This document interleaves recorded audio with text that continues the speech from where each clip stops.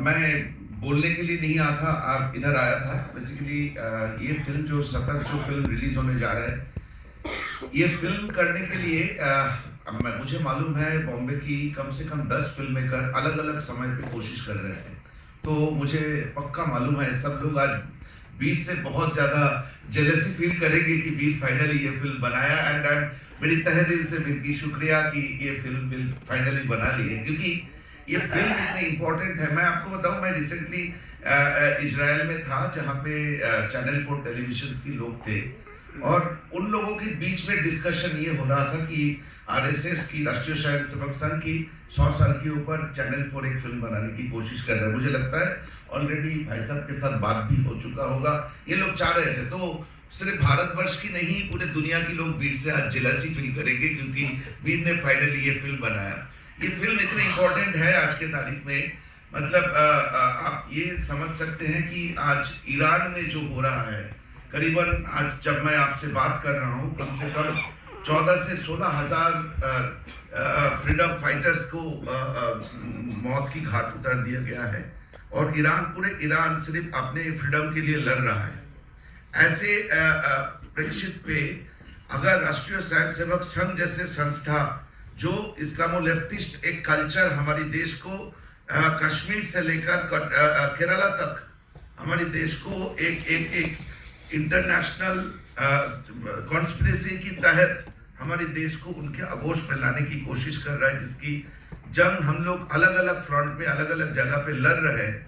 Iran जैसे हालत हमारे देश में कभी ना आए, ये राष्ट्रीय स्वयंसेवक संघ हमारे साथ है, इसलिए ऐसा मोहलत नहीं आएगा। कश्मीर से लेकर केरला तक जो दृश्य हम लोग देख रहे हैं और जो समझ रहे हैं, जो मेरी खुद की एक्सपीरियंसेस है, इसलिए ये फिल्म, ये संगठन हमारे लिए इतनी इम्पोर्टेंट है आज के तारीख में। और इसलिए पूरी मेरा और मेरी जितने सहकर्मी हैं सबकी तरफ से बीट और शतक की जितने टेक्नीशियंस हैं, मेरी खूब खूब शुभकामनाएं। और इतना मैं बोल सकता हूँ, पता नहीं बीट कब दिखाएगा, लेकिन फर्स्ट डे फर्स्ट शो मैं देखूंगा। थैंक यू दादा, थैंक यू सो मच। मैं बताऊंगा कि मैं बार बार बोलता हूँ कि कहानियां सुनाने का मौका बहुत कम लोगों को मिलता है, और कुछ कहानियां ऐसी होती है जो आपको सेलेक्ट करती हैं, और ये कहानी ऐसी हुई है कि ये कहानी मैंने नहीं सेलेक्ट किया, इस कहानी ने मुझे सेलेक्ट किया है कि तुम ये कहानी कह के बताओ। और इस फिल्म को बनाते वक्त मैं आपको सच बताऊं, बहुत सारी चीज़ों के बारे में मुझे इतनी सारी चीज़ों के बारे में पता चला।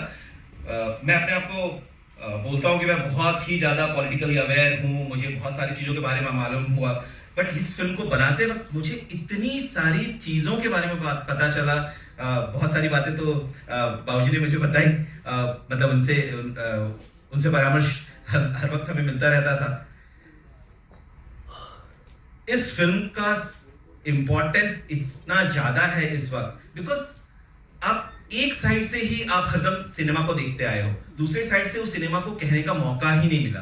और ये मौका आज वीर ने ये चैलेंज एक्सेप्ट किया कि इसे हमें ओपन एंडेडली छोड़ना चाहिए, और लोगों के बीच में ये एक क्वेश्चन खड़ा कर देना चाहिए कि अब आप देखो, अब आप डिसाइड करो ये ऐसा हुआ था। उसके लिए हमने रिसर्च किया, हमने मतलब 6 महीने हमें लगे रिसर्च करने में। हमारी टीम, मेरे साथ हमारे एडीज हैं, उत्सव है, हमारे राइटर साहब हैं, नितिन, रोहित नहीं है यहाँ पे, श्रीजा है। सो हम लोग इतना इसके अंदर घुस गए, और उसके बाद हमें पता चला कि हम ऊपर से इतनी बातें, जनता के बीच में अफवाहें हैं या मिथ हैं, तो ये बर्स्ट करना बहुत ज़्यादा ज़रूरी था।